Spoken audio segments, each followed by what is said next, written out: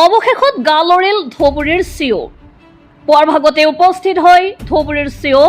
নাইৰালগাঁও উন্নয়ন খণ্ডৰ কাৰ্যালয় চৰকাৰী আঁচনিৰ ধন মোকলাই দিয়াৰ নামত বিডিঅ নজমুল হকে আৰু গাণনিক বিষয়া অচ্যুত বৰ্মনে কমিছনৰ দৰদাম চলোৱা আৰু টকা লোৱাৰ দৃশ্য সামাজিক মাধ্যমত বাতৰি সম্প্ৰচাৰিত হৈছিল। সামাজিক মাধ্যমত বাতৰি সম্প্ৰচাৰিত হোৱাৰ 24 ঘণ্টা নহওঁতেই পুৱাৰ ভাগতে উপস্থিত হয় ধুবুৰীৰ চিঅ নাইৰালগাঁও উন্নয়ন খণ্ডৰ কাৰ্যালয়ত। এই সমগ্ৰ ঘটনা সন্দৰ্ভত তদন্ত প্ৰক্ৰিয়া অব্যাহত ৰাখিছে ধুবুৰীৰ চিঅয়ে। যদিও তদন্ত প্ৰক্ৰিয়া অন্ত পেলাই পিছত ধুবুৰীৰ চিঅয়ে কি ব্যৱস্থা গ্ৰহণ কৰিব সেয়াহে লক্ষণীয় হ'ব। নাইৰালগাঁৱৰ পৰা নেহুজুল হকৰ ৰিপৰ্ট, টাইমছ 24। মই ইয়াত আহিছোঁ এতিয়া মানে আমি যিখিনি নিয়ম আছে ষ্টেটমেণ্ট মই অফিচৰ বাহিৰত যিখিনি আছে মই অফিচত মাতিছোঁ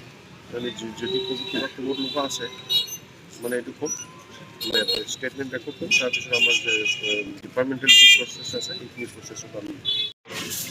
যেটা ভিডিও আছে মই চাইছোঁ ভিডিও টাকা আনন্দ নাই ভিডিওটা নিচ্ছি নাই এনে প্লানিং জোর করবো কাহিনী বই না মাথা যেটা শোনা পাইছে বাতৰিত 3% কমিশন নাই এই কাৰণতে যে কৈছে এই কাৰণতে লাগে ওৱান কথা মই ক'ব মোৰ কথা কি আৰু যিবিলাক এমজিএনকাৰ কাম কৰে সিহঁতে মোক কয় ফিল্ড গ'লে যে